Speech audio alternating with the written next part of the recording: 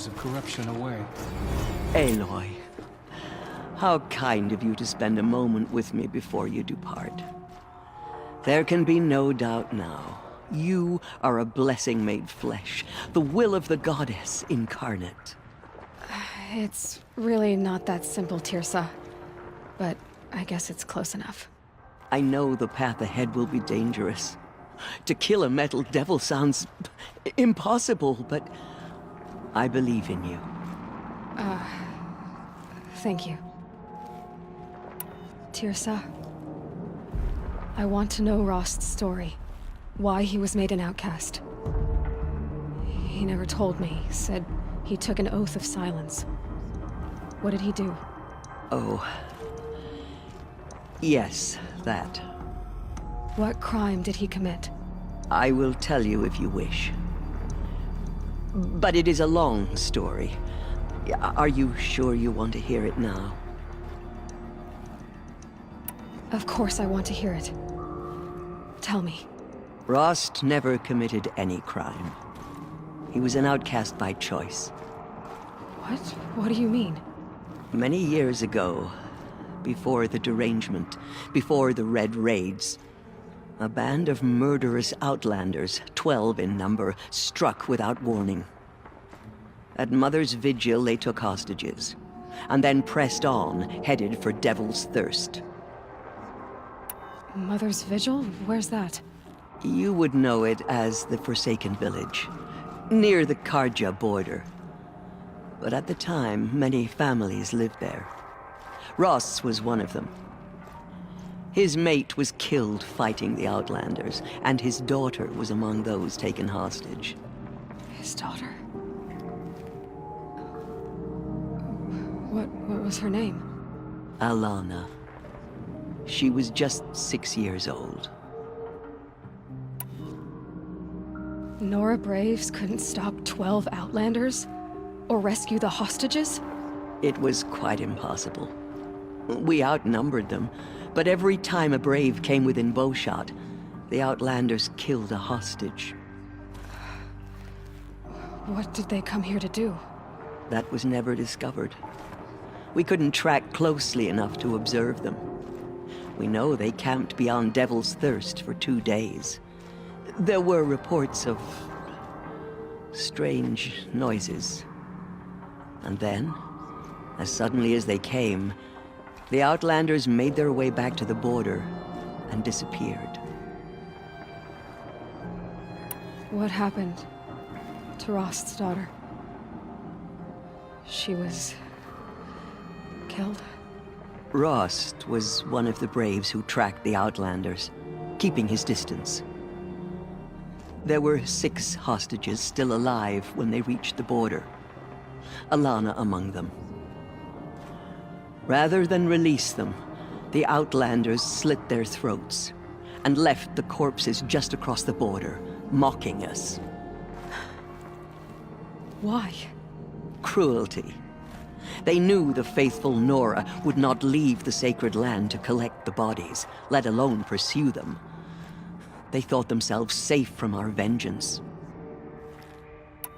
Are you saying that Rost went after them? That he became an exile? No. Rost was beside himself with grief, but even so, he would never have broken taboo. Then what did he do?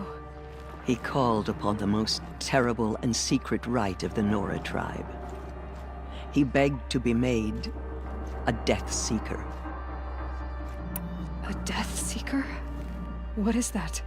One who dies to go seeking, and in seeking, brings death to others. The ritual drags the spirit from one's body, releasing it to All Mother's care. The heart beats, the mind thinks, but the spirit has moved on. I don't understand. Rost went after the Outlanders, but his spirit never left. It remained here with All Mother. He gathered the bodies of the slain and returned them. And then he set out in pursuit, not as an exile, but a weapon of vengeance. A barbed arrow shot from a bow, never to return. Rost did return. Yes. A full year later. And terribly wounded. He collapsed at the border of the sacred land. A hunting party came upon him. He was delirious. In agony. By law, he should have died where he lay. But one of the hunters broke taboo, and reaching across the border, she dragged him to our side. Who was she? A brave who'd lost a mate and 2 sons to the very outlanders that Rost pursued. So, Rost never finished his mission. To the contrary, he killed all 12. Tracked them to disparate places the world over, he said. Meridian, Ban-Ur, the Claim, Utaru Land, further even, into the Forbidden West. The last he killed nearly got the best of him. Wounded, he stumbled and crawled back to us, hoping to die as close to the sacred land as he could. He never expected nor asked to be dragged across the border and nursed back to health. That was done to him. Leaving us, the matriarchs, in a difficult position.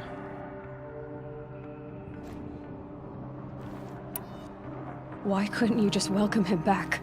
Rost had been made a Death Seeker, Aloy. He no longer had any place among the tribe. By law, he should have been driven back out. But we couldn't bring ourselves to do that, so we offered a compromise. You made him an outcast. Yes. We offered to do so on the condition he never speak to anyone of this exception. After all he did, all he suffered, to be declared an outcast was his reward. Rost was overjoyed. He never expected to live another day in the sacred land, let alone the embrace, so close to the goddess. He resolved to spend the rest of his days in solitude, and was happy to do so. But then you found me, and gave me to him. Yes. Another compromise. The matriarchs feared you, and would not let you be raised by the tribe. And so we turned to Rost. I knew that he would take care of you, bring you up, teach you to worship All-Mother and respect the ways of the tribe. He certainly tried anyway. You took a man who'd lost his daughter and made him raise an infant girl? Doesn't that strike you as callous? I'm inclined to think the course of events has shown the wisdom of our choice. And I'm quite certain that from the moment he laid eyes on you, he saw you as a gift, and never a burden. All right, Tirsa, that's quite a story.